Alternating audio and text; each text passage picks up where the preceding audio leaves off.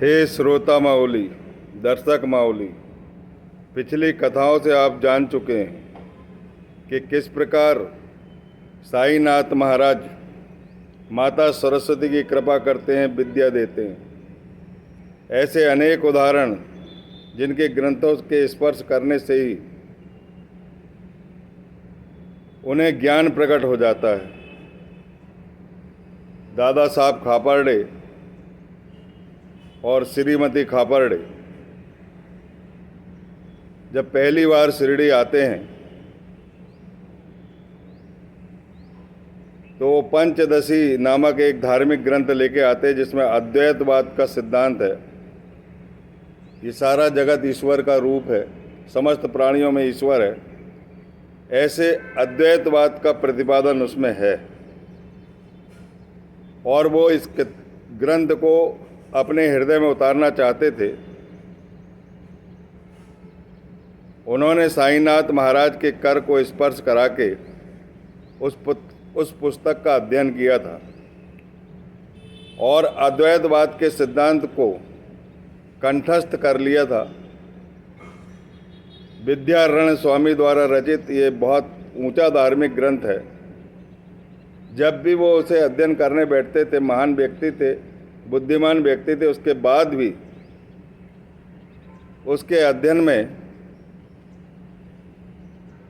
कोई कमी रह जाती थी या विस्मृति आ जाती थी।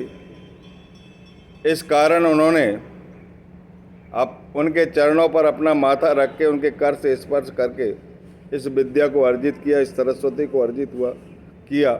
माता सरस्वती की कृपा हुई और वो अद्वैतवाद के सिद्धांत पर सत्संग करने लगे, लोगों को समझाने लगे।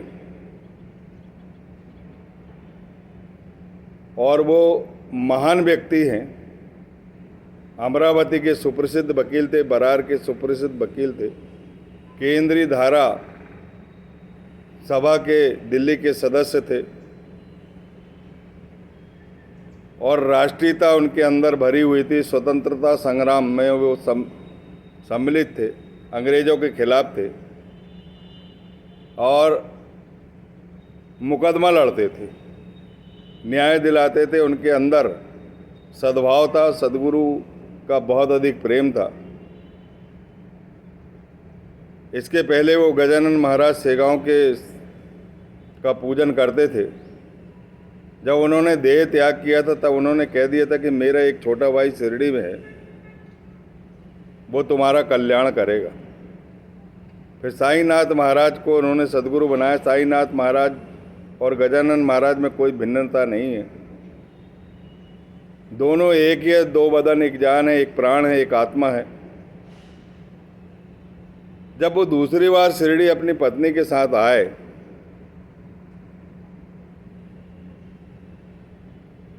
तब उन्हें ध्यान आ गया कि एक बार जब हम आए थे तो हमारे बालक को प्लेग हो गया था और उस प्लेग का निवारण जो है बाबा ने कैसे किया, मैं आपको बताना चाहता हूँ। आप आत्मसात कीजिए। माँ कैसे अपने बच्चों का प्रेम दृष्टि से पालन करती है, कष्टों को उससे दूर रखती है और अपने भक्तों की कैसी रक्षा करती है। द्वारका माई का यह बड़ा मार्मिक किस्सा है।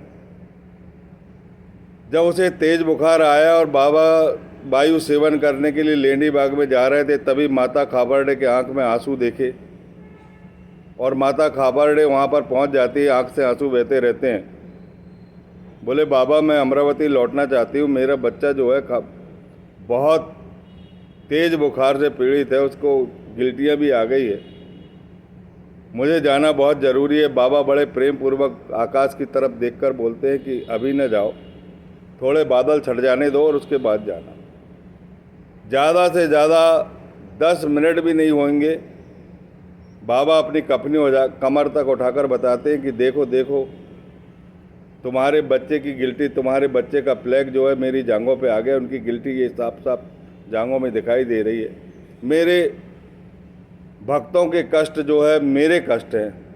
वो जो भी मेरा भक्त है, जो प्रेम पूर्वक मेरी उपासना करता है, अंतःकरण से विशुद्ध भाव से मेरे चरणों पर विश्वास रखता है और मेरा ही ध्यान करता है, उसके कष्ट मेरे अपने हो जाते हैं।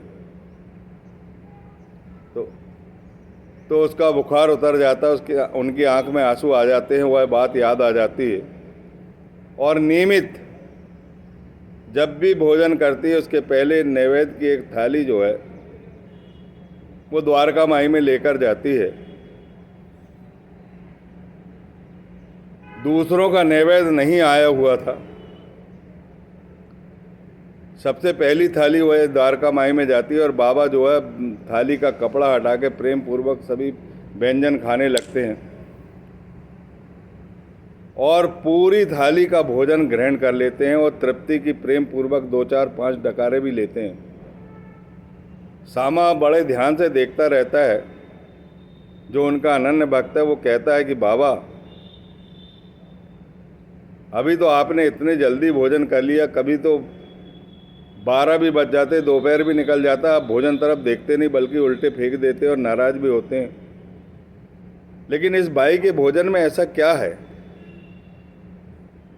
जिसको आपने पहले ही कर लिया और पूरा भोजन कर लिया, थोड़ा सा भी भोजन नहीं बचाया, पूरा भोजन कर लिया। इतना यह ऐसा कौन सा स्वादिष्ट व्यंजन है इसमें? ये हमारे लिए पहेली बन गया है और इसे हमें समझाने की कृपा करें। बहुत से दरबारी वहाँ पर बैठे हुए थे और वो इस रहस्य को जानना चाहते थे। बाबा ने बड़े प्रेम पूर्वक कहा कि ये पिछले जन्मों में एक मोटी गाय थी और इस गाय से पूरे ग्रामवासी बहुत प्रेम करते थे, बहुत अधिक दूध देते थे, बहुत अधिक दूध देती थी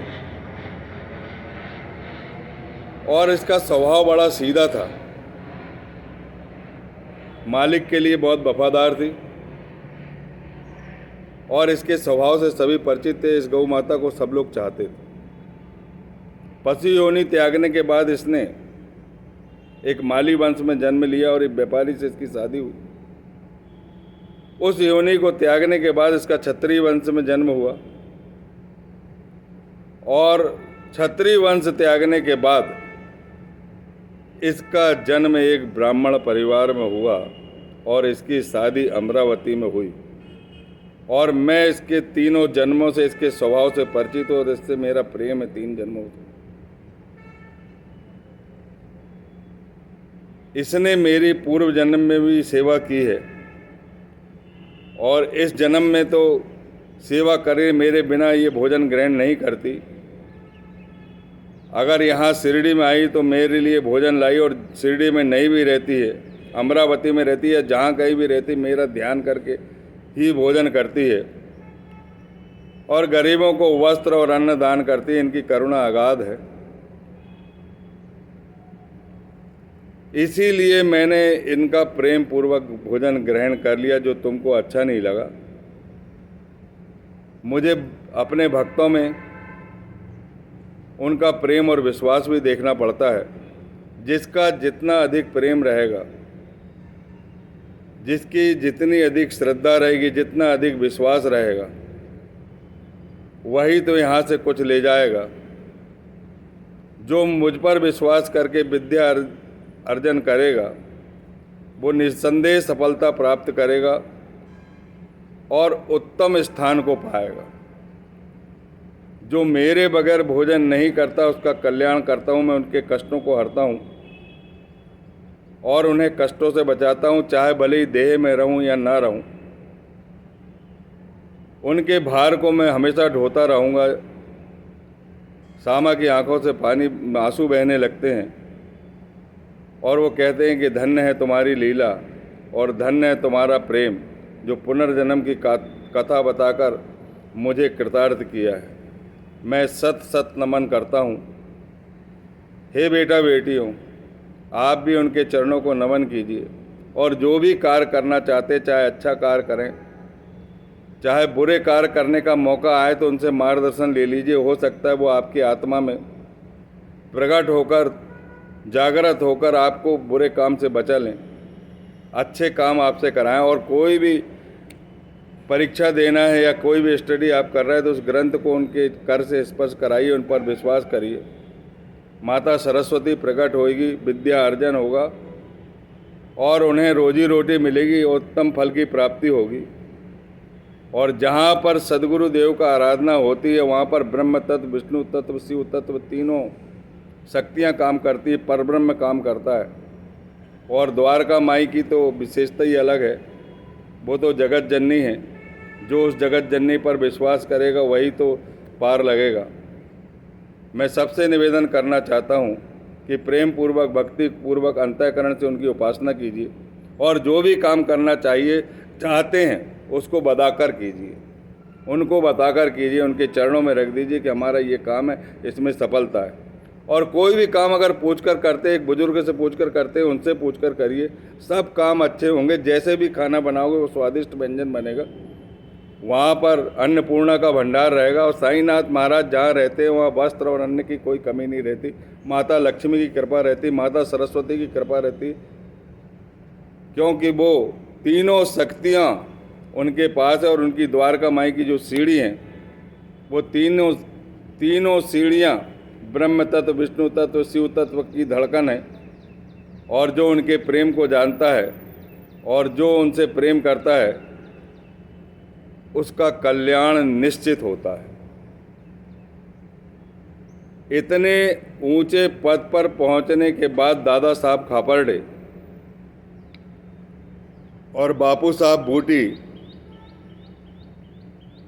ये महान विद्वान रहते हैं, अनेक ग्रंथों का से पारंगत हो जाते हैं। उसके बाद भी जब साईनाथ महाराज के पास पहुंचते हैं तो कोई प्रश्न नहीं करते, मौन बने रहते हैं।